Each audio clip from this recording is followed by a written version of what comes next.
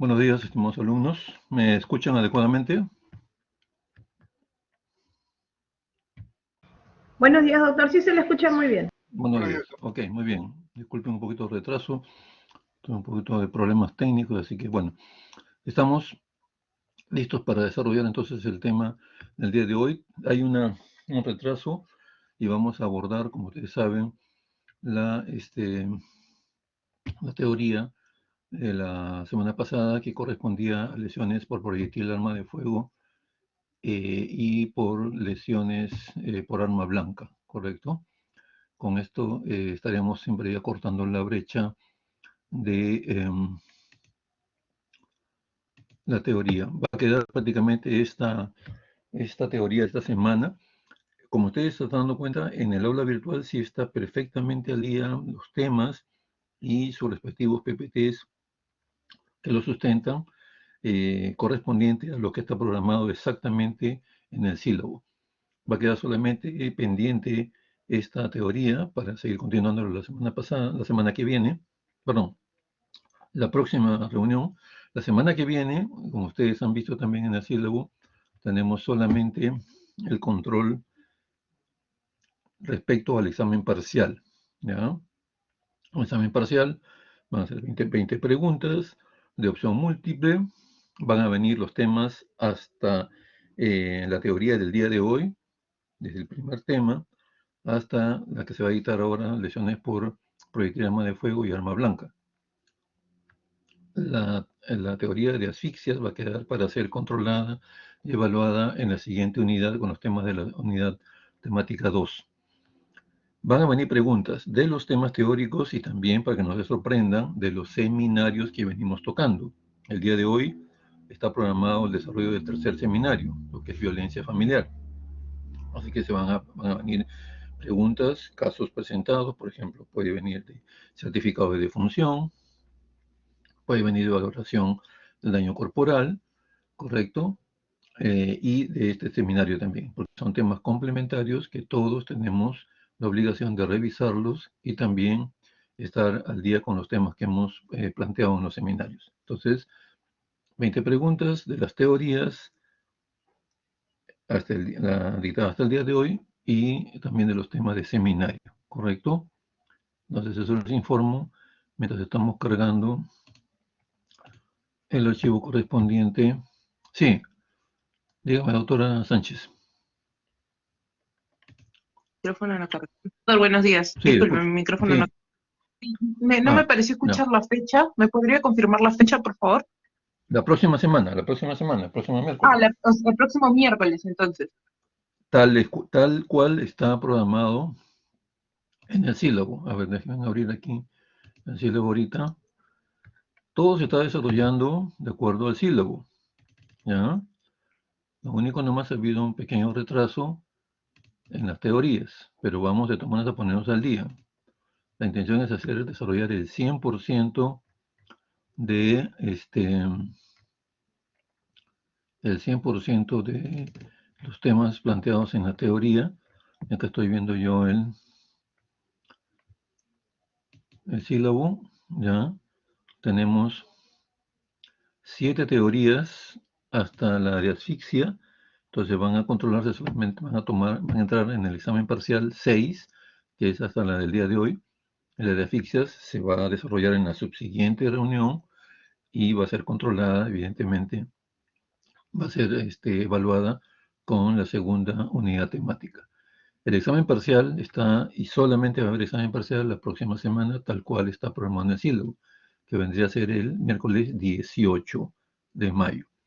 La hora les voy a comunicar, pero se está utilizando ya en los últimos semestres plantear a las 9 de la mañana. Ustedes tienen prácticamente toda la mañana hasta mediodía mínimo dedicado a medicina legal, así que la hora usualmente de dar que les voy a corroborar con los delegados es a las 9 de la mañana para ambos grupos.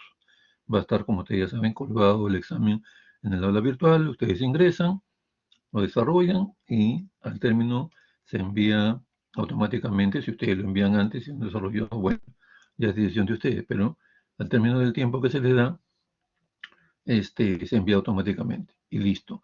Y la siguiente, a ver, Voy a plantear también, a ver la necesidad, en todo caso, la siguiente reunión este, que tengamos, vamos a desarrollar el examen rápidamente para solventar algún tipo de observación, algún tipo de reclamo. Aunque las preguntas están y van a estar, digamos, bien desarrolladas, bien hechas, que no cabe mayor duda. En los últimos semestres no he tenido ningún tipo de reclamo, pero siempre, de todas maneras, también es obligación de nosotros, los jefes de curso, al tomar los exámenes, desarrollarlos, decirles qué respuesta han debido marcar y si hay algún tipo de duda, absolverlo inmediatamente. ¿Correcto? Entonces, eso es lo que vamos a desarrollar. Ustedes, cada uno de ustedes tiene virtualmente el sílabo, así que está planteada para esta semana y corresponde a nuestro día, el miércoles 18, solamente el examen parcial. ¿Correcto? Bien, dicho esto entonces, si no hay ninguna otra intervención, nos vamos a desarrollar nuestro tema planteado el día de hoy. Es un tema interesante, importante, porque debido justamente a la violencia que va en incremento en los últimos años, reflexionábamos con algunos colegas forenses también, que hace pues unos 5 años, 7 años atrás, el robo de un celular, de una cartera, de un bolso, el, el asalto, digamos, tal cual se le conoce, este, em, se daba básicamente por arrebato o a lo más con arma blanca, con un cuchillo, qué sé yo, pues un desarmador, algún elemento que le diera, digamos, ese poder de, digamos, de convencimiento, entre comillas, al delincuente y se hacía de esta manera. Ahora, robos menores, ¿no? De bolsos, carteras, ni que hablar de celulares, se hacen utilizando armas de fuego, ¿no? O sea, miren cómo ha evolucionado los niveles de violencia. Se utilizan ya como vemos, pues es consabido, utilizando, antes era el asalto típico de a pie, ¿no? Ahora motos, mototaxis, autos, bajan de un auto, evidentemente robado, y asaltan a una pareja o a personas que han estado ya previamente visualizando, de que están pues hablando por teléfono o van estudiando ellos lo que se llama el raqueteo, ¿no? El raqueteo es, va, viene un auto, un individuo que están en bicicleta, en moto, viendo, ¿no? O siguiendo a una persona, estableciendo sus horarios, su comportamiento, su itinerario, y en el momento de descuido asaltan. Pero ahora es casi 100% con arma de fuego y muchas veces disparan sin ningún tipo de motivación. Cuando hay resistencia, pues con mucha más razón, evidentemente, ¿no? Entonces, vemos justamente que eso está incrementándose, evidentemente, en los últimos años. ¿Quién tiene que resolver esto? Evidentemente, el Ministerio del Interior, la policía, y que hasta ahora no hay una respuesta así efectiva. Bueno, me dan por favor unos segunditos y estoy nuevamente con ustedes. Perdón, un momentito.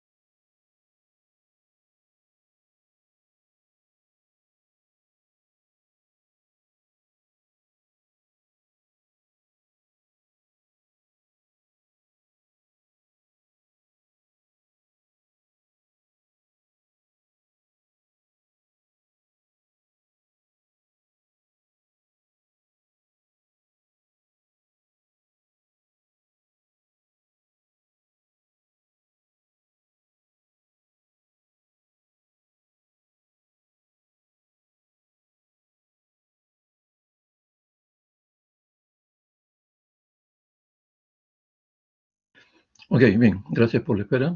Entonces, dicho esto, hacemos la presentación del tema.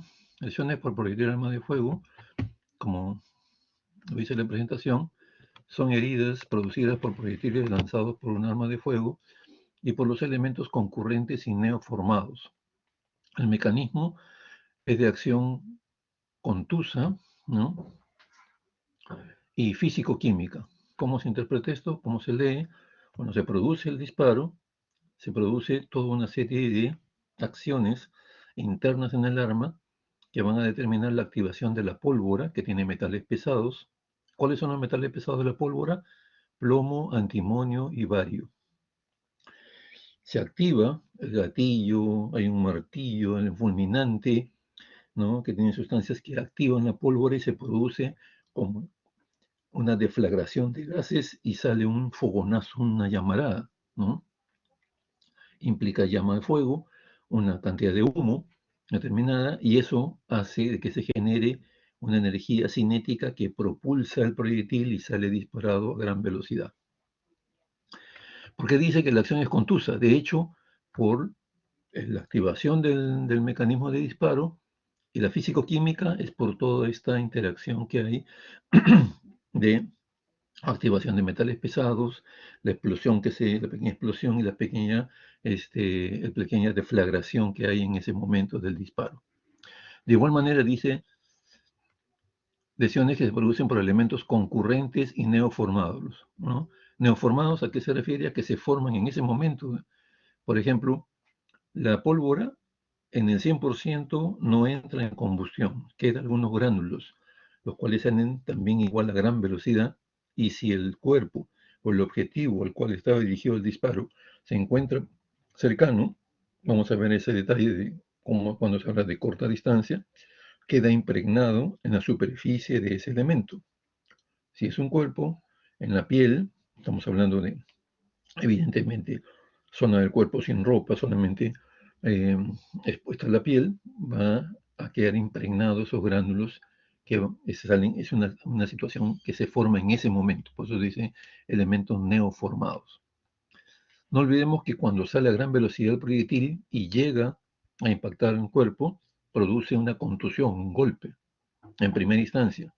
Y como viene a gran velocidad, no solamente golpea, sino perfora, atraviesa la piel y evidentemente hace daño, lesiones graves, mortales, si ingresa a una cavidad donde hay, pues, evidentemente, órganos vitales.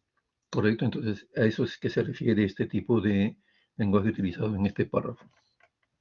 Arma de fuego, instrumento por, que por medio de la explosión de una carga dispara un proyectil, lo que hemos explicado. Y hay una pequeña clasificación de arma de fuego. De acuerdo al cañón, se clasifican en armas de cañón corto y proyectil único. Ejemplo, pistola y revólver. El revólver fue uno de los primeros, digamos, elementos, armas de fuego que fueron inventados, fabricados, y que, bueno, lo negativo es que tiene poca capacidad de proyectil, ¿no? de carga de proyectiles.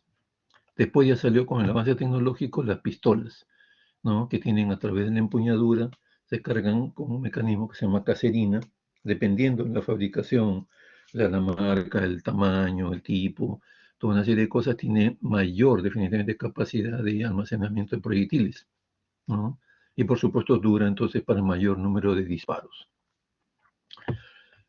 Armas de cañón largo y proyectil único, el fusil y la carabina, ejemplos clásicos. De igual manera, arma de cañón largo y proyectil múltiple, la escopeta. La escopeta, como vemos aquí en la foto inferior derecha, vamos a acercar, tiene un proyectil, ¿no? Que a su vez es un aditamento, un depósito de múltiples proyectiles hacia adentro, ¿no? Esto se llama cartucho, o en el lenguaje balístico se llama taco, ¿no? Dentro de ello, ¿qué es lo que contiene? Lo que conocemos, ¿no? Estos tacos tienen múltiples esferas de plomo o de acero, conocida como perdigones, ¿no? Cuando sale este taco de la escopeta, a determinada distancia se abre, ¿no? Se parte y los pequeños proyectiles llamados perdigones salen también con la velocidad imprimida a ese proyectil inicial, salen disparados y se proyectan en forma de abanico, ¿no? La razón de la invención y la utilización es esencialmente de estas escopetas para la caza de animales. De tal manera que ese mecanismo de que sale el taco a determinada distancia después de abandonar la escopeta, se fragmenta y salen impulsados los perdigones, es para alcanzar y matar al mayor número de aves o de otro tipo de animales, pero esencialmente aves, ¿no?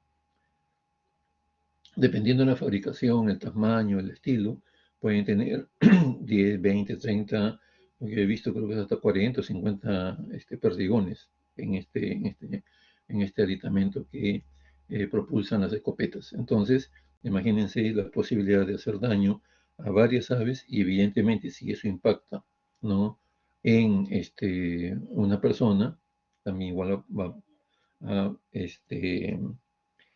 ocasionar múltiples perforaciones, cuanto más cerca esté, y evidentemente si ingresan a cavidad, ¿no?, torácica, abdominal, etcétera, va a producir también daños o lesiones de tipo mortal. ¿Correcto? Entonces, esos son en cuanto a la clasificación de las armas. A ver qué pasó aquí. No quiere avanzar la plataforma.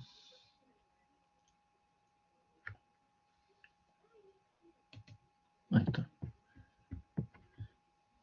Problemitas técnicos. Ya. El área en criminalística que estudia todo el comportamiento de los proyectiles, el uso de armas, se denomina balística forense.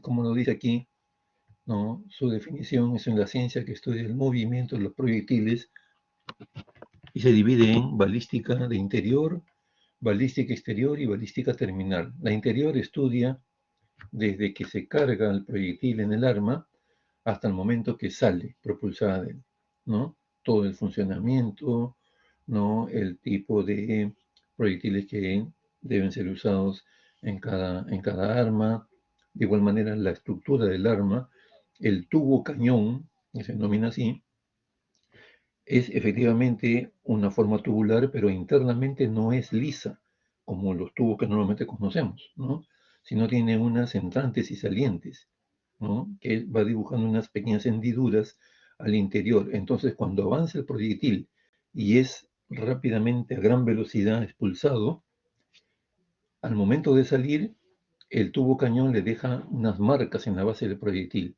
le deja un rayado helicoidal, así se llama técnicamente, que es característico de cada arma.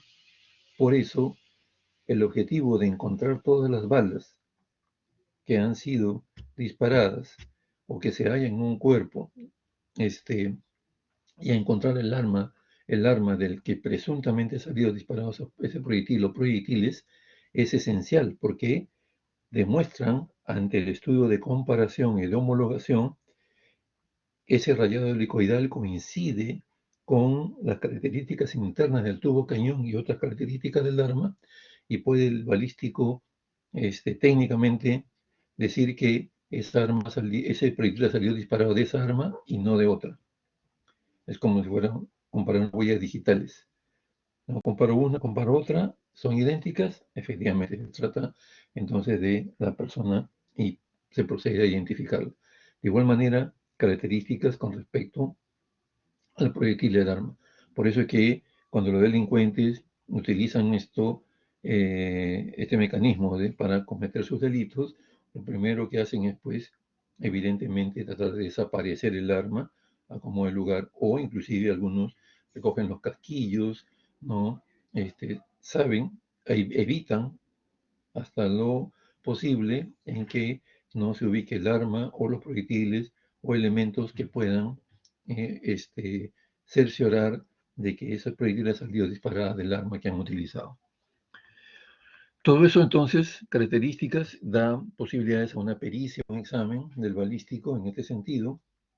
Yo como tanatólogo encuentro 7, 8 balas en un cuerpo después de la necropsia o durante la necropsia y el investigador policial encuentra el arma, entonces mis proyectiles que he encontrado en mi necropsia la envío a balística, el arma es remitida y ellos hacen esa homologación que hemos referido hace unos segundos.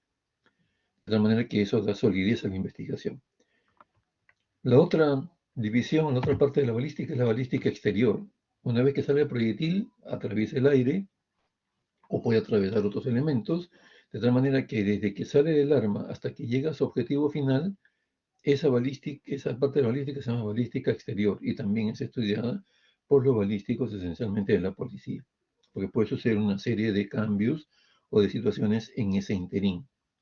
Y cuando llega al objetivo final, y produce lesiones, daños, ¿no? Esa es ya, como decimos en el argot forense, ese es negocio nuestro ya de los tanatólogos. El médico legista, el médico forense a cargo de la necropsia de ley, describe las lesiones, las ubica, ¿no? Describe qué trayectoria siguió dentro del cuerpo, qué lesiones ocasionó, y somos capaces de decir la dirección de dónde vino, o sea, y qué dirección ha tomado al momento de ingresar al cuerpo, de derecha a izquierda, de arriba a abajo, de adelante hacia atrás o viceversa. De tal manera que eso es importante dato unido con la investigación del balístico, se puede llegar a una reconstrucción de los hechos y decir, ¿no? O llegar a tener bastante aproximación en mencionar qué posición tuvo la víctima al momento del disparo, qué posición tuvo el probable victimario, de esta manera para que eso pueda tener fuerza en armar el caso el fiscal y poder seguir con la judicialización de este delito. Entonces, la balística terminal es el estudio de la penetración de cuerpos sólidos e inclusive el estudio de heridas por proyectil arma de fuego. Entonces, esa ya es potestad del médico legista y específicamente del tanatólogo. Todo esto entonces aporta a la investigación del caso. Tipos de herida por proyectil arma de fuego. Esencialmente 3 heridas. Penetrantes, que tienen orificio de entrada y tienen orificio de salida. Y una trayectoria que sigue dentro del cuerpo, lo cual uno tiene que describir y que ocasiona heridas mortales, y uno tiene que describir justamente eso para tipificar la causa de muerte. Entonces, perdón, a ver, borren lo que he dicho. Penetrantes significa solamente que tiene orificio de entrada, nada más, ¿correcto? Se me cruzaron los términos. Herida penetrante significa que solamente tiene orificio de entrada, nada más. Entró, hizo el daño, probablemente mató a la persona, o si sobrevive, solamente ocasionó una lesión leve o moderada, y no sale del cuerpo. Entonces solamente tiene orificio de entrada. Es una herida penetrante, ¿correcto? Y es interés y es objetivo del examen médico legal recuperar ese proyectil para hacer la homologación que les mencioné hace unos momentos. Entonces, vuelvo a dejar bien cimentado el término. Herida por proyectil de arma de fuego penetrante significa que solamente tiene orificios de entrada y de hecho una trayectoria y lesiones que dejan el camino y se encuentra y no sale del cuerpo.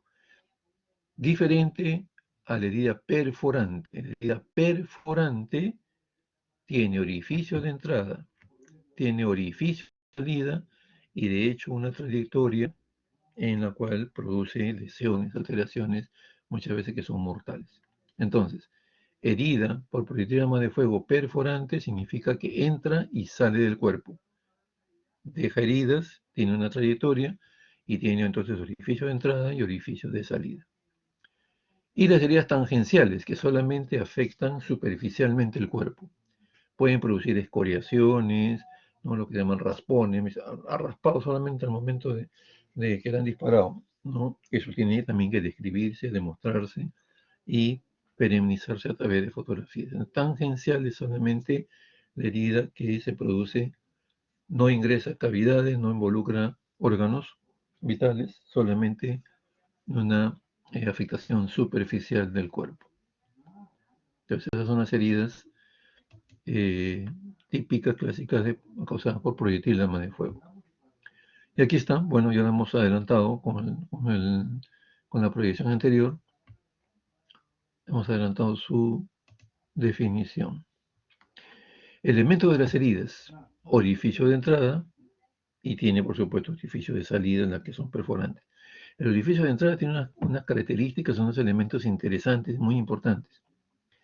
Características constantes. ¿Eso qué quiere decir? Que en todo orificio de entrada de una herida por bala, por proyectil de arma de fuego, voy a encontrar siempre estos tres elementos. Por eso se llama características constantes. Orificio propiamente dicho, collarete erosivo, algunos le dicen erosivo contusivo, y collarete de limpiado. Esta palabra collarete tiene otros sinónimos. Puede ser halo, halo erosivo contusivo, halo de limpiado, ¿correcto? O anillo también le llaman, ¿no? Porque es una forma, ¿cómo se llama este? Circular o semicircular. Por eso, cuando ustedes se encuentren, como en este caso collarete, en algún otro texto pueden encontrar halo erosivo, van a ser que es diferente. No, es lo mismo, es un sinónimo. Para describir esto y no quedarnos solamente en la teoría, hay un esquema aquí y regresamos a nuestra presentación. Aquí tenemos estos tres elementos constantes del orificio de entrada. Aquí está entrando una bala, según el esquema, perfora la piel, compromete piel, tejido celular subcutáneo, ¿no? Ingresa a alguna cavidad y ya comienza a involucrar probablemente órganos. Y tiene estos tres elementos. El elemento más central y de color oscuro, color negro específicamente, es el orificio propiamente dicho. ¿Correcto? Luego, el halo o el collarete o el anillo que está próximo al orificio propiamente dicho es el anillo de enjugamiento o de limpiado. Eso creo también vamos a adelantarlo definiendo. ¿Qué es lo que causa esto? El proyectil, cuando sale del arma, atraviesa por el aire o puede perforar otros elementos, choca con otros elementos y finalmente impacta en un cuerpo. En toda esa travesía se le van adhiriendo elementos de la propia contaminación ambiental, ¿no? O algún tipo de situación especial por el ambiente en que pase, y eso al momento de entrar se enjuga o se limpia alrededor del orificio por donde ingresa la bala. Por eso es muy delgadito, será 1 milímetro, 2 a lo más. Vamos a una foto y después también regresamos para poder evidenciar esto, digamos, en vivo y en directo. Y luego, el tercer elemento ya es un elemento, un halo, un collarete un poquito más grueso, que es el halo erosivo o erosivo contusivo. ¿Qué quiere decir? Cuando viene la bala, al momento de vencer la resistencia de la piel, ¿qué produce? Raspa, erosiona, lesiona y produce una excoriación, o sea, ausencia se lleva por delante, ¿no?, la capa epidérmica de esta zona, y por eso es que produce un halo de erosión, de laceración. Y contusión, contusivo, ¿por qué? Porque golpea primero, pues, golpea con gran fuerza y eso, la velocidad con que viene, golpea y hace de que perfore la piel, dejando estos tres elementos: orificio propiamente dicho, halo de enjugamiento o de limpiado, y el halo o collarete erosivo o erosivo contusivo. A ver, por acá tenemos, creo, aquí está la fotito. Vamos a acercarla. Orificio de entrada en región temporal izquierda, ¿no? Eso es lo que topográficamente tenemos que ubicar las heridas cuando estemos ante un caso de estos. Miren, aquí están los tres elementos. Por supuesto, para llegar a esto hemos tenido que cortar el cabello aquí, porque con el cabello, digamos, característica normal de la persona, difícil ver estas características. Tenemos hacia el centro, y estoy con el cursor señalándolo, orificio propiamente dicho. El halo o collarete o anillo de enjugamiento de limpiado es exactamente. Aquí vemos todavía una pequeña y tenue, ¿no es cierto? 1 milímetro, 2 milímetros nada más. Hablo de enjugamiento, de limpiado. Hacia esa parte inferior derecha ya no existe, no, no está, pero aquí podemos verlo perfectamente en este lado que estoy señalando con el cursor. Muy pequeñito, tenemos que recurrir, aquí está con acercamiento, pues nosotros a veces tenemos que recurrir a lupas para poder hacer una ampliación, un zoom y poder ver los detalles. Y lo que definitivamente sí puede verse macroscópicamente es el halo erosivo contusivo. ¿Ven? Miren, esta escoriación que sigue después de este collarete limpiado y que ya es un poco más grande, 2 milímetros hasta 3. Algunos inclusive están pronunciados hacia uno de los lados. ¿Qué quiere decir eso? Que el disparo ha sido con cierta angulación. Por eso es que al momento que llega a la piel, no la raspa, la perfora y deja una escoriación, por ejemplo, hasta este lado grande, 4 o 5 milímetros. Y hacia el lado de acá ya no existe escoriación. Entonces quiere decir que ha entrado en ángulo, ¿no? Menor a 90 grados, y por eso es que se nota una escoriación mucho más grande hacia uno de los lados. En este caso es casi perpendicular que ha ocurrido el disparo, por lo que está todo redondeado y alrededor, así como figuraba más o menos el esquema que hemos mencionado hace unos minutos, ¿no? Entonces esto es típico y es una herida recogida propia de un cadáver, en la cual se ven los elementos constantes del orificio de entrada en una lesión por proyectil de arma de fuego. Si yo veo esto, sí o sí, digo es orificio de entrada. No es de salida, no es otra cosa, es un orificio de entrada de proyectil de arma de fuego. ¿Correcto? Listo. Dicho esto, entonces regresamos a nuestra diapositiva de esto. Características de disparos en disparos a corta distancia. El tatuaje y el ahumamiento. Nos vamos nuevamente hacia adelante y lo demostramos. Disparos a corta distancia. Tatuaje. Se encuentra alrededor del edificio de entrada. ¿Cómo se define el tatuaje? La incrustación en la piel de granos de pólvora en combustión incompleta, lo que les mencionaba hace unos momentos. Puntos oscuros en la piel de forma más o menos concéntrica, pudiendo considerarse entre los 50 centímetros de distancia para revólver o pistola. Entonces hay que tomar nota de esto. Corta distancia tiene que ver con la distancia y tiene que ver con la distancia entre el arma de fuego y el objetivo final o el cuerpo de la persona. Y tiene relación al tipo de arma. Cuando hablamos de arma de cañón corto y proyectil único, lo que está mencionando, revólver o pistola, la corta distancia se habla de que el disparo ha sido hasta 50 centímetros, ¿no?, distante del cuerpo, hasta 50 centímetros. Y ocurre eso, al momento que sale el proyectil, también salen gránulos de pólvora a gran velocidad que no han sido combustionados. Y eso se impregnan, ¿no?, y quedan tatuados en la capa epidérmica de esta región y evidentemente se ven de esta manera. Observen, ¿ven? Estos puntos que se ven en forma concéntrica alrededor del orificio de entrada de una bala son gránulos de pólvora que no han entrado en combustión y en el momento del disparo han salido, y como se encuentran a corta distancia, a menos de 50 centímetros, se han quedado impregnados en la piel. Esto no sale, por más que trate de limpiarse, queda como un tatuaje. El tatuaje también es difícil sacarlo, hay procedimientos, pero no se puede hacer con procedimientos simples. Entonces, de igual manera, pues esta característica por eso se denomina tatuaje. Para armas, ojo, anoten esto, armas de cañón largo, la corta distancia es hasta 150 centímetros, o sea, 1,5 metros. Armas cortas, la corta distancia es 50 centímetros, hasta 50. En arma de cañón largo, hasta 150. Eso no está escrito acá, pero se lo estoy diciendo para que lo anoten y puedan tenerlo en cuenta. ¿Ok? Bien, entonces, y el ahumamiento, decimos también, cuando se produce el disparo, también sale una llamarada, un fogonazo que produce humo. Entonces, además de la pólvora no combustionada, que tenemos, no sé, la también el humo se deposita en la piel. Esto es factible de limpiarlo con un paño, una esponja. Yo paso por esta zona grisácea, oscura, y eso lo levanto con el paño y queda solamente el orificio. Eso se denomina falso tatuaje para algunos autores, ¿no? Dice, el humo liberado por la explosión de la pólvora se adhiere superficialmente constituyendo falso tatuaje, ¿no? O ahumamiento.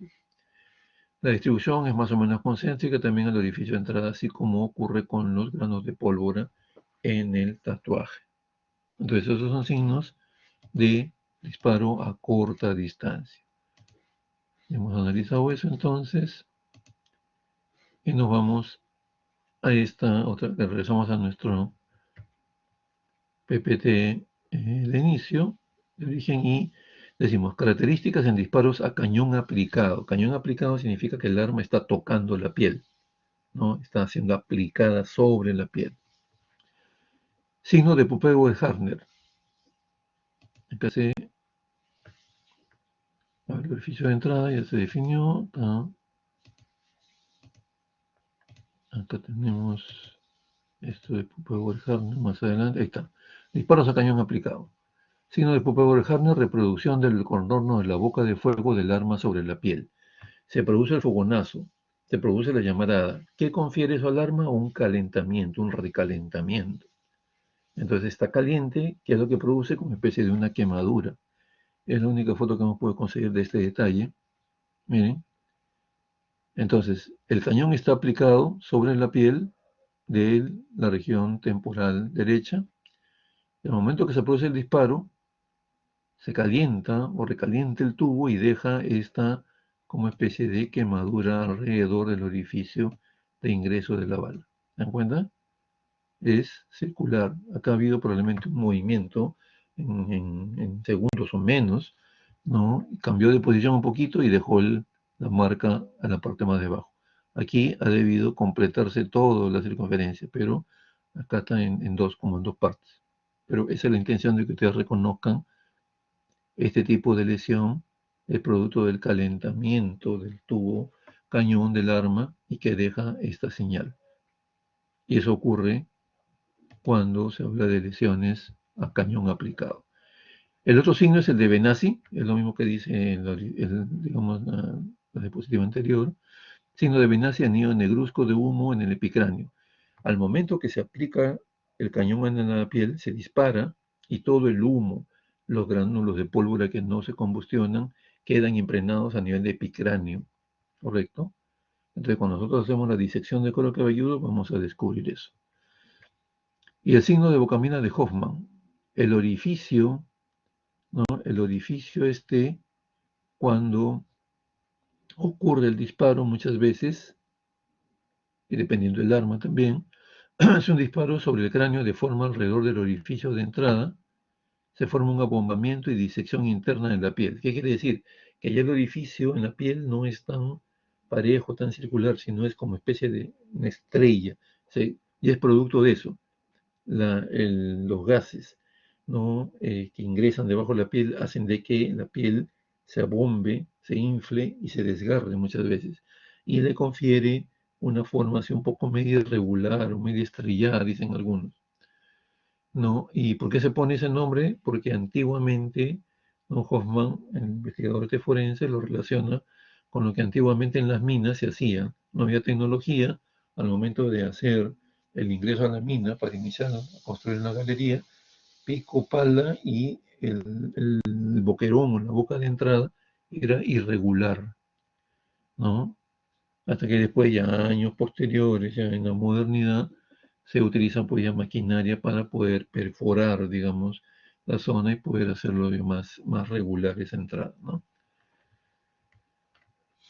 Bien, entonces esas características hay que tener en cuenta de disparos a cañón aplicado.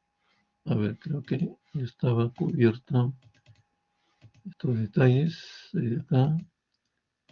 Creo que sí. Ya, de aquí partimos.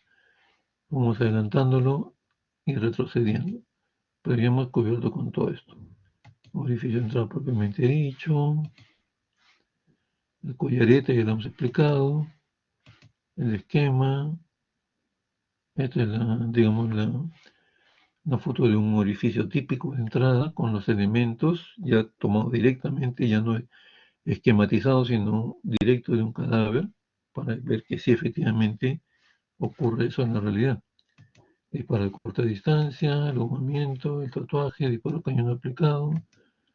Seguimos avanzando y esto es interesante también tenerlo presente. Cuando ocurre un disparo en cabeza, cuando el proyectil penetra el cráneo, el orificio de entrada óseo presenta un borde cortante en la tabla externa y una sección cónica en bisel en la tabla interna. O sea, hay un desgaste, aquí el esquema lo dice, ¿no? En la dirección de la flecha entra la bala, se produce ruptura del cuero cabelludo, y aquí esta sección es el hueso, ¿no? Esta es la tabla externa y esta es la tabla interna. En la tabla interna ocurre un desgaste, un biselado.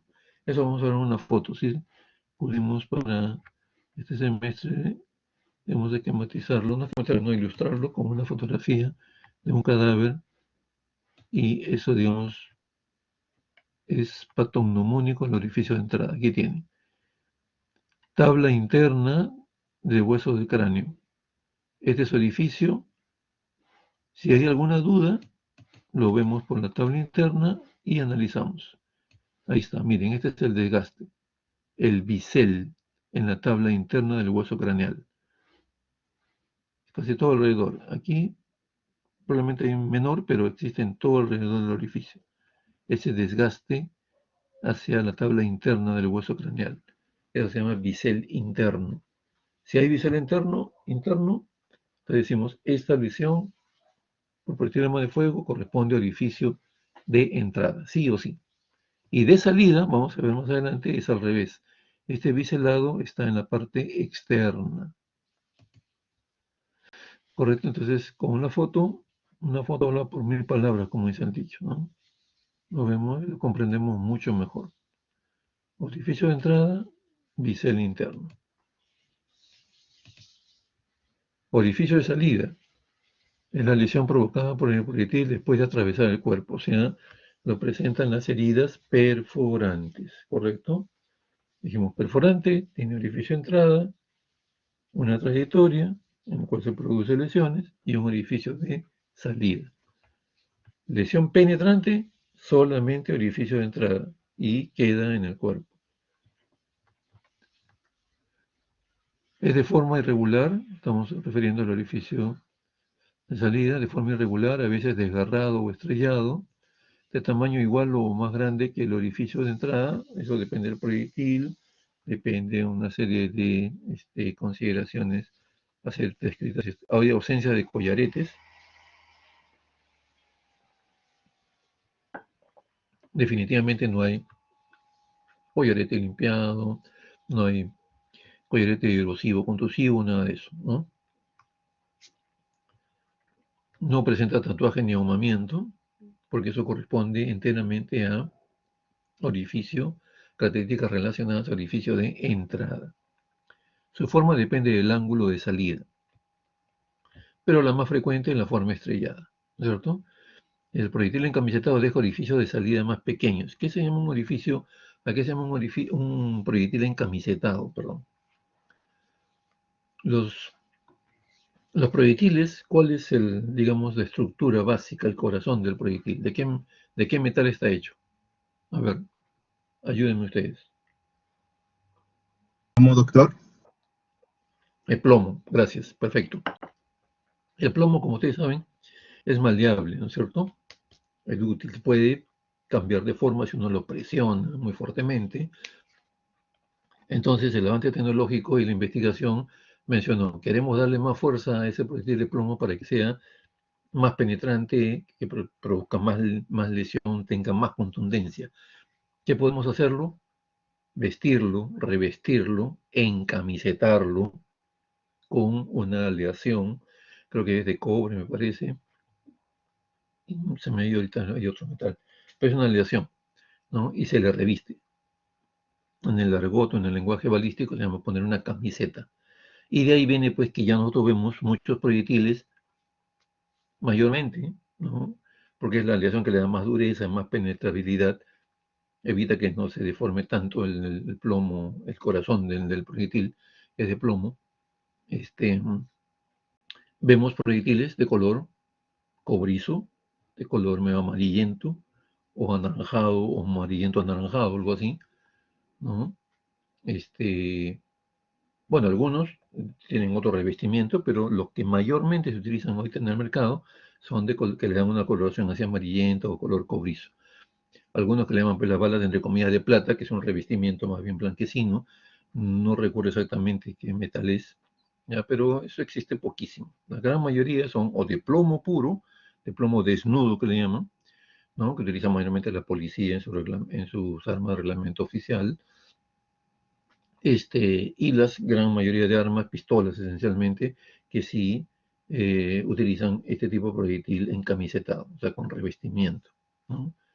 A eso se refiere esta palabrita de proyectil encamisetado. Y ahí está, también igual tomado de una necropsia, un orificio de salida en la región. Este es parietal o parietotemporal, si no me equivoco. No parietal, básicamente parietal derecha, ¿no? Miren, el clásico y en su gran mayoría orificio estrellado. ¿Se dan cuenta? Bien, la punta de la estrella.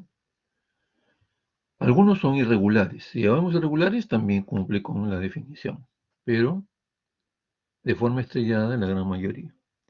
No hay collarete, no hay tatuaje, no hay ningún elemento. De los elementos que mencionamos están enteramente relacionados al orificio de entrada, pero este es orificio de salida. Aquí el orificio de entrada, lo más probable es que esté pues lo más probable en el lado contralateral, ¿no? O de repente puede ser algún disparo, por ejemplo, vamos a suponer al interior de la boca. Vamos a poner al interior de la boca también puede salir por la región parietal, ¿no? Dependiendo el ángulo, el lugar, si la persona es diestra o es zurda, etcétera, ¿no? Pero la intención de demostrar en esta fotografía es la característica de un orificio de salida de proyectil de arma de fuego. ¿Correcto? Entonces, eso es lo que debemos tener presente. Y acá, en hueso de cráneo, esta es la parte externa del cráneo. Lastimosamente está medio desarmada porque hay múltiples trazos de fractura, pero vemos que el bisel en orificio de salida en cráneo, ojo, ¿no? En cráneo, el biselado es en la tabla externa, ¿no? Si vemos nosotros, ahí está, ¿ven? Este es el desgaste. Este desgaste aquí también, ¿no? Pero aquí se desgasta en la tabla externa, entonces sí o sí es orificio de salida de proyectil de arma de fuego. Si vemos este biselado en la cara interna, en la tabla interna es orificio de entrada. Ese es el objetivo de describir y de visualizar bien dónde están ubicados los biselados en huesos de cráneo cuando tratamos de herida por balas. ¿Correcto? Entonces, tenemos el bisel externo, orificio de salida. Bueno, esa es consideración, digamos, de texto mayormente. Listo, entonces hasta aquí hemos llegado con definiciones y términos relacionados a lesiones por proyectil de arma de fuego. ¿Alguna pregunta, algún tipo de inquietud que haya quedado hasta aquí?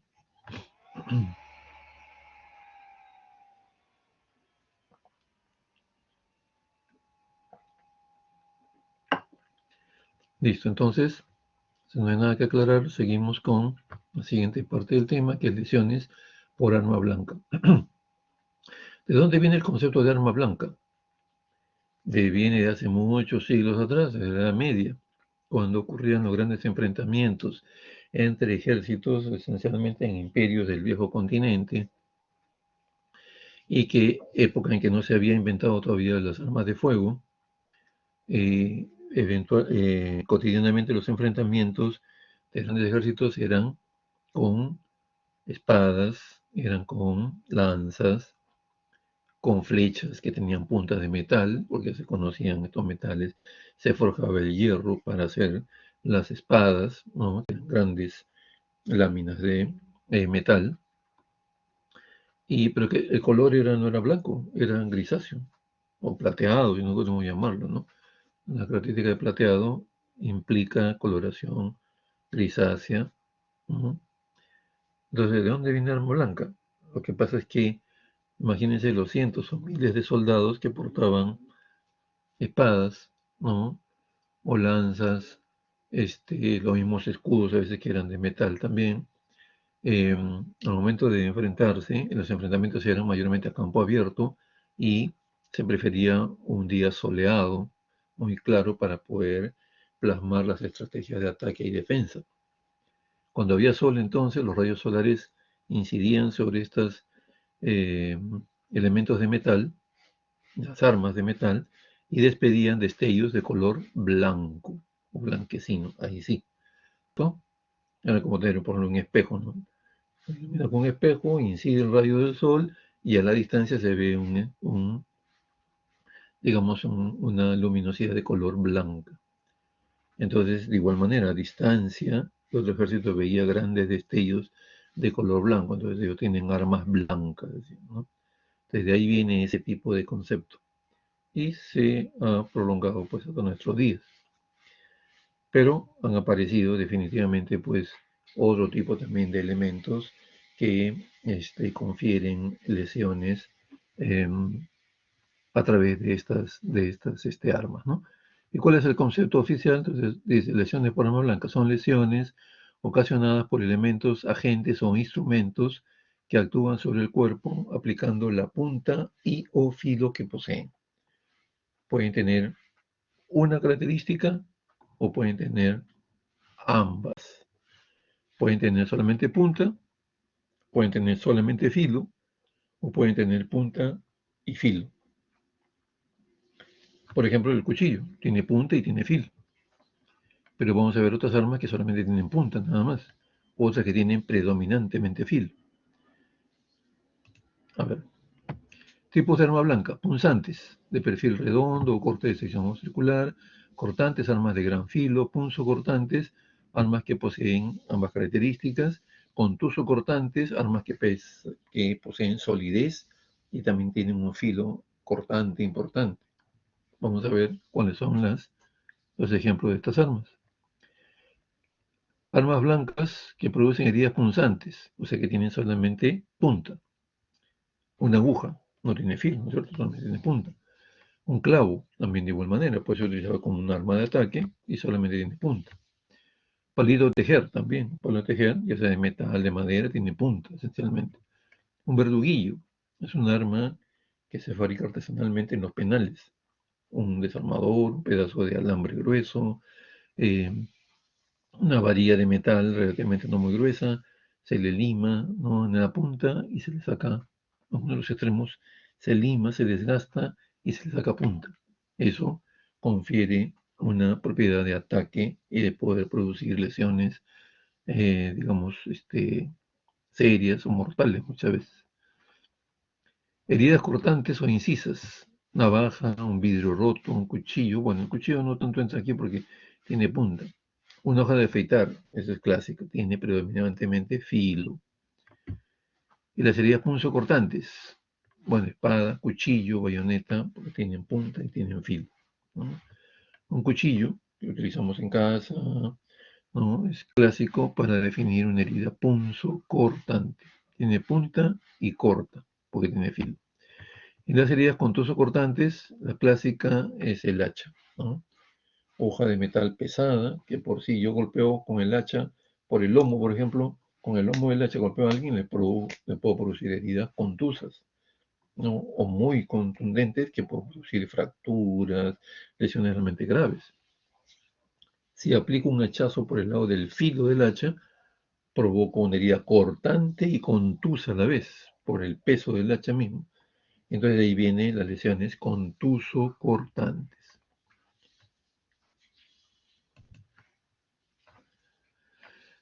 Y aquí tenemos un cuadro, digamos, comparativo de doble entrada que podemos, la característica, cruzarla con el tipo de herida, ¿no?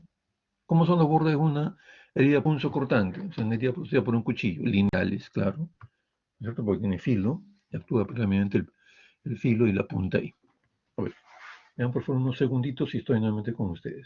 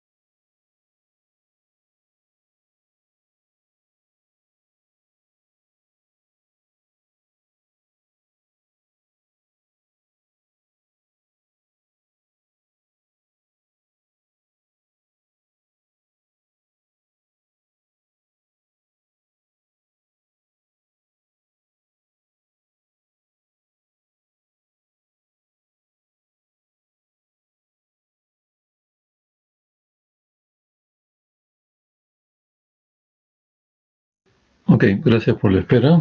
Bien, entonces aquí tenemos este cuadro para poder tratar de hacer una visualización de características de las diversas heridas que hemos mencionado. ¿Correcto? Se lo dejo para que profundicen en la lectura. Aquí un poco ya hemos adelantado esto, ¿no? Herida por los punzantes, arma que actúa percutiendo y perforando con la punta, ¿no? Hundida, separa fibra de tejido y penetrando en profundidad. Aspecto del orificio, normalmente circular, oval o en hendidura, no posee bordes ni ángulos, correcto. Son características también relacionadas a una herida punzante. Esta característica, vamos a acercarlo para que vean, porque las demás están un poco borrosas. Para mí es la característica de una herida punzante, ¿no? Miren, es un poco redondeada, digamos acá, ¿no? No tiene bordes definidos, sino más bien circular. Algunas dudas con respecto, por ejemplo, en tanatología, en algunos momentos, algunas de estas heridas punzantes simulaban o semejaban heridas por proyectil de fuego. Entonces, ¿qué decíamos? Hay que hacer un buen estudio, un buen acercamiento, si no hay características importantes, hacer una buena lupa, un buen zoom. ¿Qué es lo que, digamos, si es un arma que solamente produce, digamos, por la presión, una herida circular, ¿no? Que podría confundirse? ¿Qué es lo que faltaría? Las características constantes, los halos o los collaretes de limpiado, enjugamiento y el collarete o el halo erosivo contusivo. Entonces, con eso ya estaríamos nosotros diciendo, no, este no es una herida de entrada proyectil de arma de fuego, sino otro elemento, otra arma ha incidido en esta región y hay que averiguar esto. Las lesiones o heridas dejadas internamente a veces colaboran, ¿no? Hay, digamos, desgarros, otro tipo de comportamiento de la herida, del elemento punzante hacia adentro, lo que no ocurre con una bala. Una bala ingresa y deja pues, una trayectoria, deja hemorragia, pero en estructuras, digamos, un tanto sólidas, deja el orificio circular o semicircular definido, ¿no? En cambio, en una herida punzante puede presentarse no necesariamente este tipo de forma en los órganos internos, ¿no?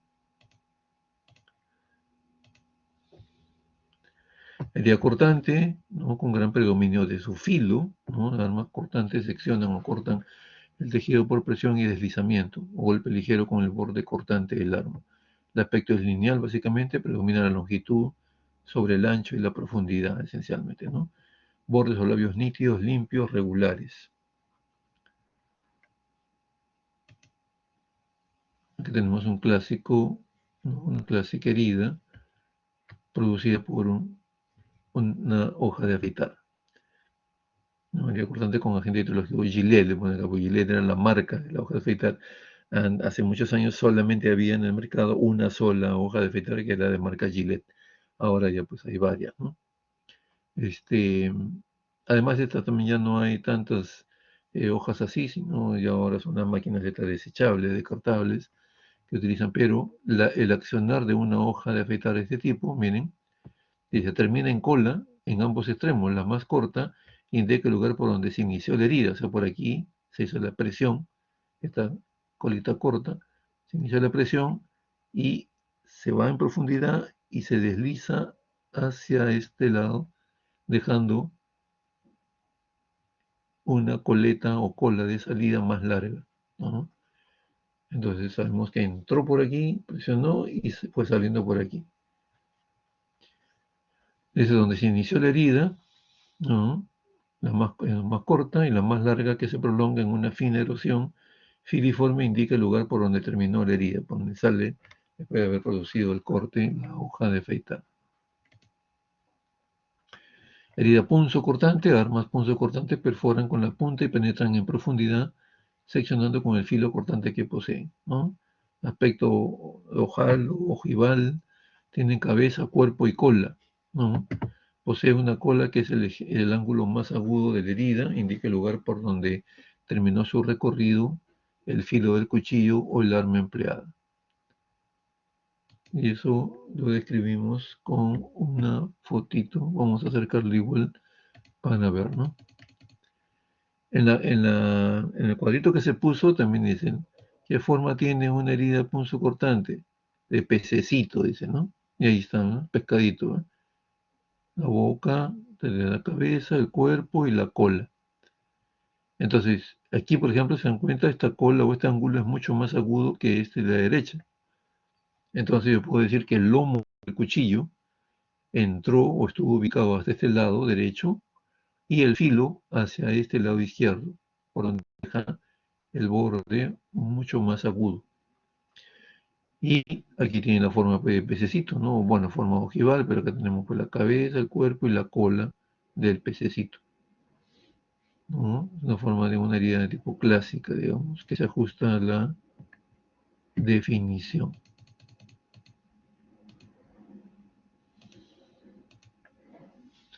Herida con toso cortante, ¿no? Armas con toso cortante, con golpes y lo clásico, herida producida por un hacha, por ejemplo, ¿no?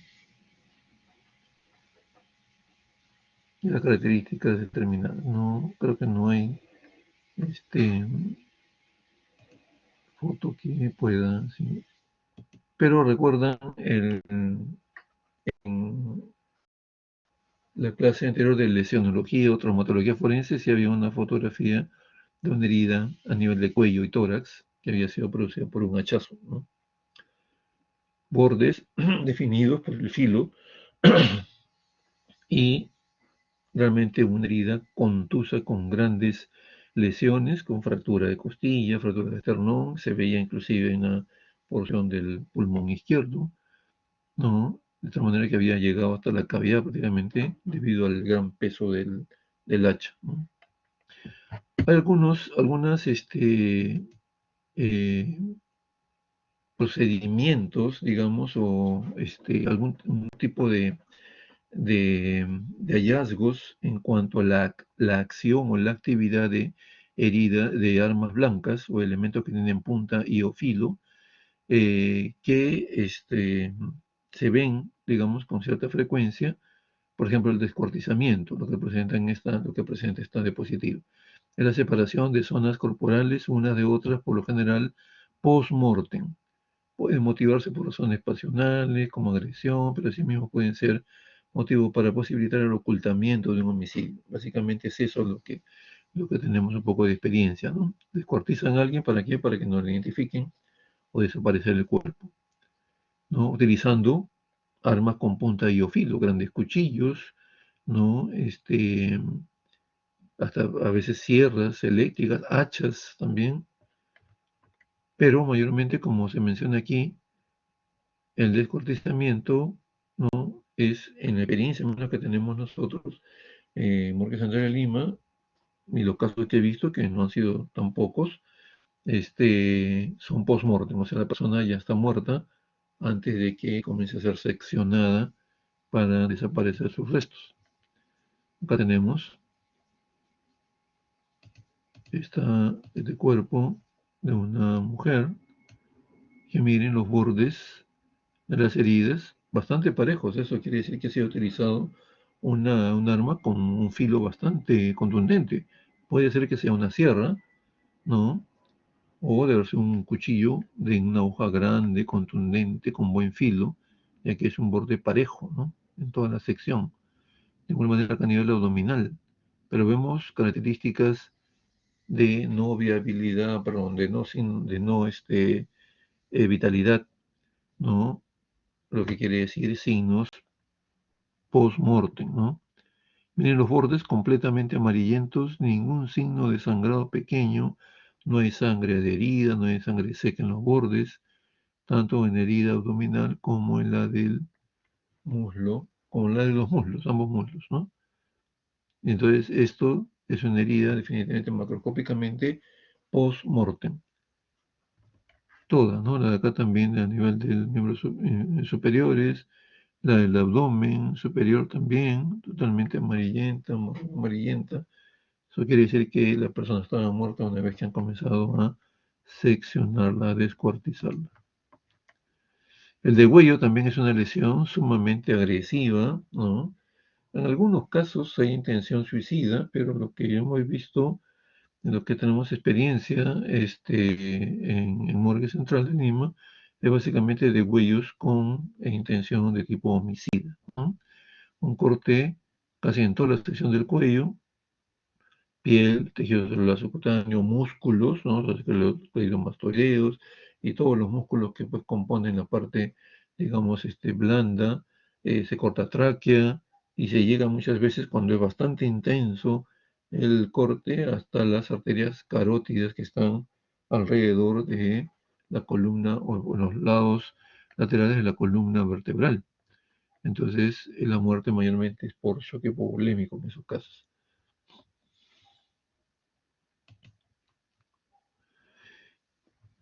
Y esto lo dejo para que ustedes lo revisen, porque es texto básicamente, es protocolo, bueno, debería llamarse guías, realmente guías para el estudio de lesiones o heridas dejadas por proyectil arma de fuego y por arma blanca.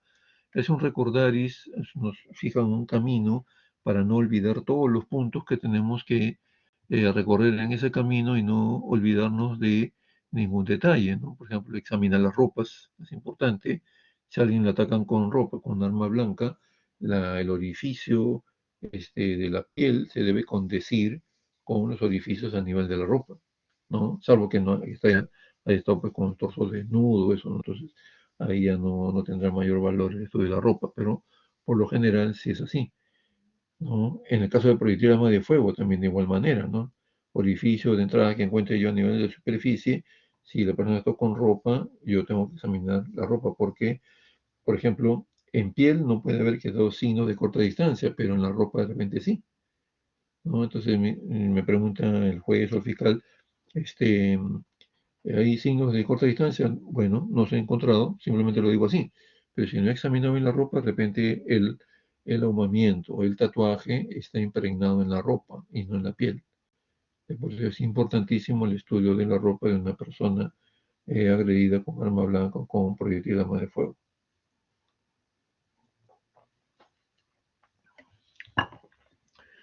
La cantidad de heridas, su ubicación topográfica, ¿no? La medida, largo, ancho, la profundidad cuando ya estemos examinando cavidades, ¿ok? Si hay orificios de salida, también definirlos, ubicarlos, orificios de entrada, la cantidad, la forma, las manchas, todo, ¿no? Las características constantes, ¿no? El anillo contusivo, erosivo, el anillo, perdón, el orificio propiamente dicho, características específicas, quemadura, bocamina, tatuaje, momento, todos esos detalles. Es marcando una lista de puntos que no debemos olvidar y debemos recordar cuando estamos haciendo el abordaje de un caso de este tipo, ¿no? A eso se refiere. Orificio de salida, tamaños, formas, la ubicación topográfica. En hueso, el tamaño y la forma, también el recorrido, la trayectoria, ¿no? ¿Qué trayectoria siguió? Y en su trayectoria, ¿qué lesiones ocasionó? Tuvo salida, entonces es una herida perforante. Tuvo entrada y salida. Hay que definir eso también. La dirección, de izquierda a derecha, de delante hacia atrás, de arriba hacia abajo o viceversa, ¿no? Eso también, y bueno, teniendo en cuenta los orificios, las ubicaciones topográficas, podemos describir la dirección. El proyectil, si encontramos proyectiles en el cuerpo, la forma, el tamaño, el encamisetado. El proyectil hay que calibrarlo. Existen estos calibradores de Vernier que se llaman, calibrarlos exactamente, ¿no? Largo, ancho, la base, hay que medirla, lo que da el calibre, si está deformado o no, localizar, encontrar en el cuerpo e identificar cada uno. Y esto darlo al estudio ya balístico. Emitir conclusiones después de todo ello, ¿no? La causa de muerte, relacionados pues a las lesiones que uno va describiendo. De igual manera también con el protocolo o la guía de lesiones por arma blanca, ¿no? Examen de ropas, el examen corporal, definir bien si las heridas son post-mortem o pre-mortem, ubicación topográfica, consignar medidas, ¿no?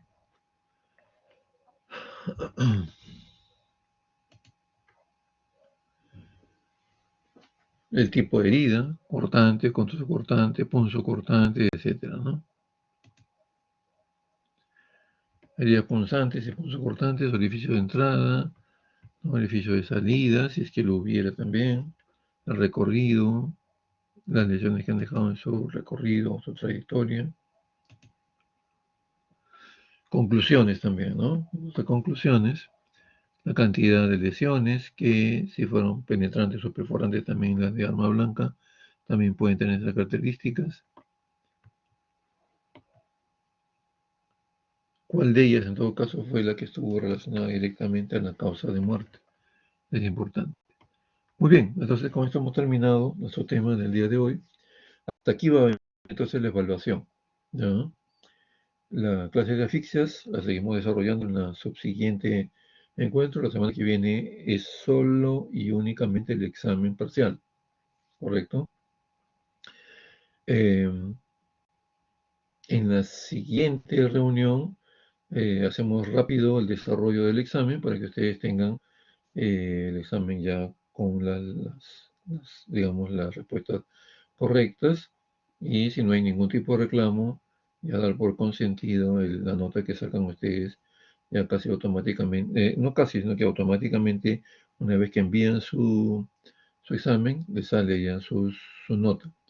Si están conformes, ya queda ahí consentido y podemos cargar las notas ya al aula virtual. ¿Alguna pregunta, alguna observación? Sí, doctora Valera. Doctor, buenos días. Le quería consultar en el caso, por ejemplo, la teoría de la semana 4, que fue necropsia de ley.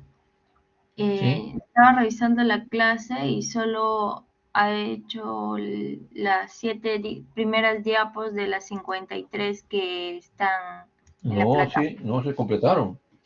Se completaron las diapositivas. Acá tengo anotado yo. A ver. Déjame ver, ¿no?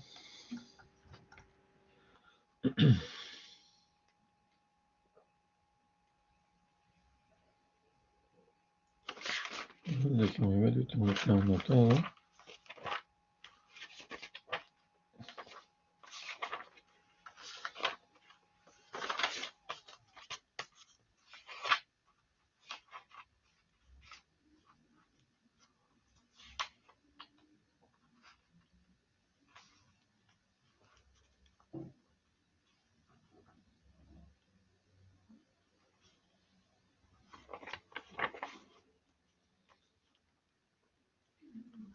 Sí se terminaron, doctora. Doctor, lo que pasa es que en la ¿Sí? plataforma En solo la aparece subsiguiente, las 7. Y la ya. subsiguiente clase ya no se vuelve a tocar el tema de necropsia. No, yo no me he descuidado en dejar ningún vacío, justamente por eso que tenemos el retraso, porque después de la clase teórica se hizo ¿cómo se llama la clase de lo que es no, después de necropsia viene ya lesionología.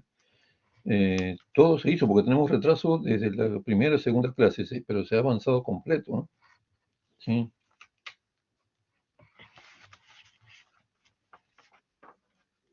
Sí se retomaron, doctora. Ya, Me lo que parece pasa extraño. es Pero, que sí, esa teoría de necropsia de ley sí. se realiza en lo que dice clase teórica de lesionología forense, que o sea, lo hizo Claro, la pues, semana claro. pasada.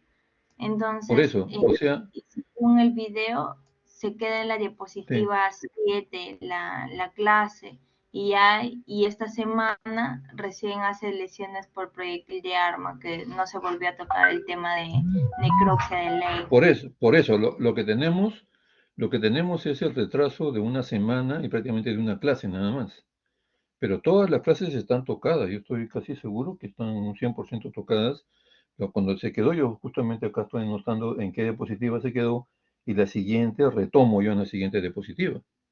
Y eso lo que pasa es que revise bien, porque en la siguiente semana ¿no? De que toca la clase realmente que está planteada, no se toca la hora, por ejemplo, está planteada la de asfixias. Está su PPT ahí, pues yo digo, en lo que es el aula virtual está plenamente establecido al día todo las teorías. En la parte positiva es la que tenemos retraso, pero hasta el momento tenemos solamente el retraso de una clase, que sería la de asfixia, nada más.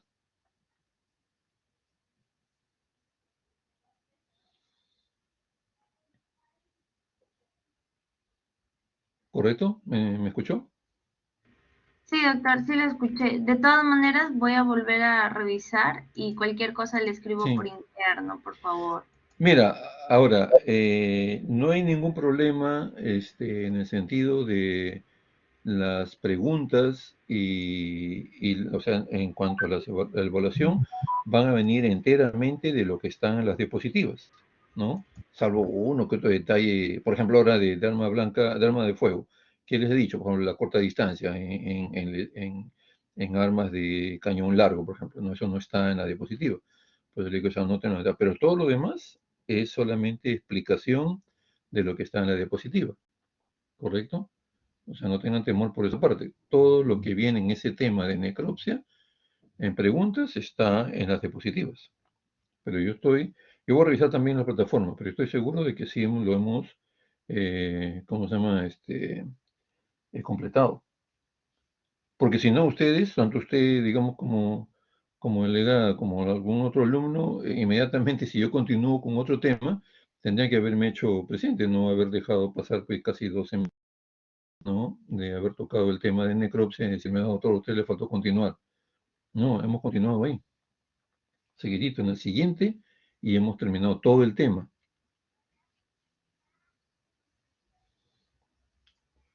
Revísenlo bien, pero como digo, pero de todas maneras, bueno, el grupo 1 no me ha hecho ninguna observación, porque yo, si me quedo en una, por ejemplo, aquí yo pongo, en la primera clase me quedé en la diapositiva 6 con el grupo 1 y con ustedes me quedé en la diapositiva 7. O sea, ahí nomás, casi es parecido. Por eso que en la siguiente, sobre seguro que he continuado con el grupo 1, he terminado el tema y con el grupo 2, que son ustedes, también. No puedo haberme salteado toda una clase prácticamente porque imagínense, me quedé en las diapositivas iniciales nomás. Sí, lo que pasa, doctor, es que esa clase lo hace la semana pasada. Entonces, Por eso, pues, así es, así es. La he hecho en la siguiente semana, pues, claro. O sea, que no coincidiría en la que está planteada ahí en el aula virtual, ¿no? Así es. Lo del aula virtual yo he tratado de hacerlo así para que ustedes tengan sobre todo el material y por eso les dije.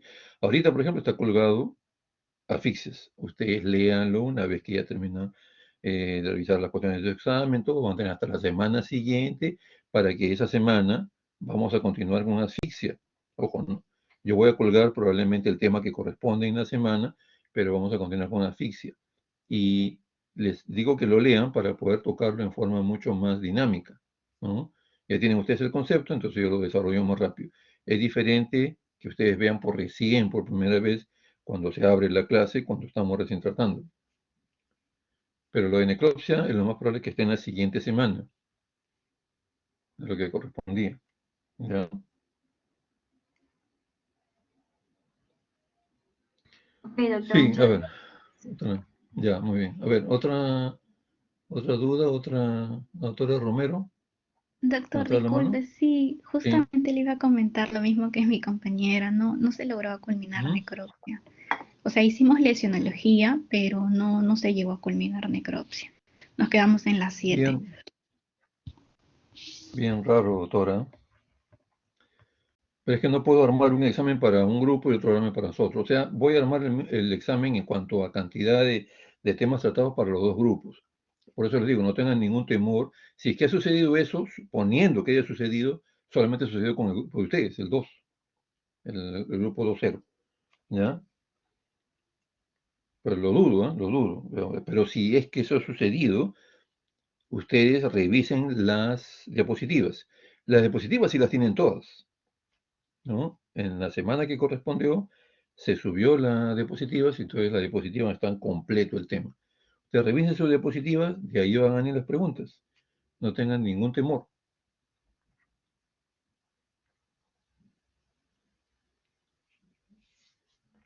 Y lo que les dije al comienzo, van a venir también preguntas de los temas de los seminarios, ¿correcto? O sea, certificado de defunción, pueden formarse algún casito, preguntarles sobre eso, sobre valoración del daño corporal, ¿correcto? Y este último que vamos a hacer el día de hoy también, porque son temas complementarios a las teorías y sí van a ser evaluados, porque todos los grupos van a tocar el mismo tema y van a venir evaluados, las preguntas vendrían sobre esa dinámica de esos temas, no van a ser preguntas rebuscadas, ¿no? Sino simplemente preguntas aplicativas con respecto a los temas que hemos tocado en los seminarios. ¿Correcto? Bien, Sí, ¿alguna doctor. otra duda? ¿Alguna otra También, inquietud? ¿Sí? con respecto ¿Perdón? a la asistencia, doctor, Sí. ¿cuántas faltas en el curso ya determina para jalar el curso? ¿Y por qué se preocupa de eso, doctora? Porque usted quiere decir que tiene varias inasistencias. No, me Miren, la refiero asistencia a recién, no, las asistencias, miren, son, ¿cuántas semanas operativas son? ¿No es cierto? Son, 17 semanas. Cortemos las 2 semanas de evaluaciones, que harían 15, porque las evaluaciones supone, pues, salvo que usted tenga en emergencia del hospital y no pueda dar el examen, que no me sucedió hasta ahora, nunca con ningún alumno, pero van a dar su examen sí o sí. Entonces, descontemos esas dos. Sí, de todas maneras voy a considerar la asistencia en esos días, pero supongamos que no la considere, entonces quedan 15 semanas operativas. El 30% de 15, ¿cuánto es? 4.5. Quiere decir que usted puede tener hasta 5 faltas injustificadas durante el semestre. ¿No? ¿Cuántas le faltan? Y ojo, he tenido un poquito de dificultades en las últimas semanas de coordinar bien con los delegados para que me hagan llegar el chequeo de asistencia, pero yo estoy, digamos, poniendo en esos días, digamos, asistencia completa al grupo, ¿ya? De los que ya me hagan llegar, ¿cómo se llama esto? En chequeo, sí voy a tener que corregir, porque el sistema me pide, sí, el sistema, yo tengo que marcar la asistencia en el día. Si me paso para mañana, yo quiero chequear la asistencia del día, ya no me permite. Entonces yo pongo, digamos, asistencia íntegra a todo el grupo. Con lo que me envían los delegados de chequeo, ahí se puede ingresar y modificar la característica. ¿Ah? Entonces, pero hay algunas semanas, las primeras, por ejemplo, que la primera, segunda semana, que todo el grupo está completo en asistencia, así no hayan asistido, digamos, entre comillas, tienen su asistencia chequeada. Ese porcentaje de inasistencia, yo lo voy viendo periódicamente y con ustedes lo vamos a revisar unas 2 o 3 semanas antes de terminar el semestre. Eso sale automáticamente en una hoja Excel directamente de la plataforma, del programa que controla la asistencia. Sale automáticamente el porcentaje de inasistencias y de asistencias por cada alumno. Eso lo podemos ir pasando un momentito para que ustedes ven. Y los preocupados, evidentemente, serán los que se acercan pues al porcentaje del 30%. ¿No? Así que para el examen parcial no hay ningún problema que todos entren, salvo que alguien tenga pues ya más de 5 faltas, que lo dudo, ¿no?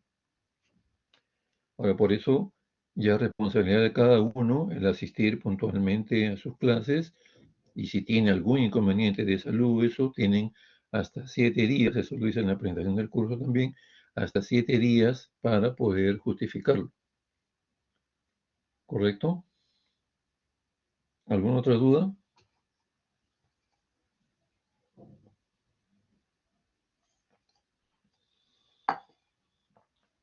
Listo.